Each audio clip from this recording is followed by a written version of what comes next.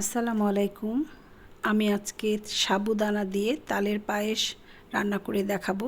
আর এই জন্য আমি ফুটন্ত গরম পানিতে 1 কাপ সাবুদানা দিয়ে দিলাম।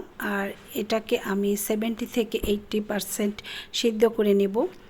এর বেশি সিদ্ধ করব না, কারণ পরে দুধের সাথে আমি এটাকে আবার একটু সিদ্ধ করতে দেব। তো আমার সাবুদানাটা প্রায় সিদ্ধ হয়ে গিয়েছে।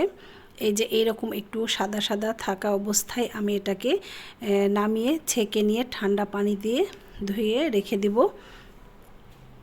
আর অন্য একটা পাত্রে আমি 1 লিটার দুধ ফুটিয়ে ঘন করে নিয়েছি। আর এর মধ্যে এখন আমি মেশাবো। এই যে আমার সাবুদানাটা রেডি হয়ে গিয়েছে। আমি এর মধ্যে দিয়ে দিলাম 1 কাপ তালের পাল্প, পরিমাণ মতো চিনি আর সেই সিদ্ধ করে রাখা সাবুদানা। এখন এটাকে ভালোভাবে নেড়ে আমি আবার একটু সিদ্ধ করে নেব। কিছুক্ষণ নাড়াচাড়া করলে এটা সুন্দরভাবে মিশে যাবে আর ঘন হয়ে আসবে।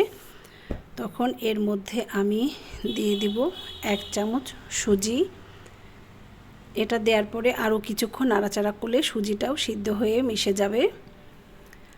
আর দিয়ে দিব এর মধ্যে 1 চামচ গুঁড়ো দুধ। আমি ডানো পাউডার দুধটা ব্যবহার করেছি।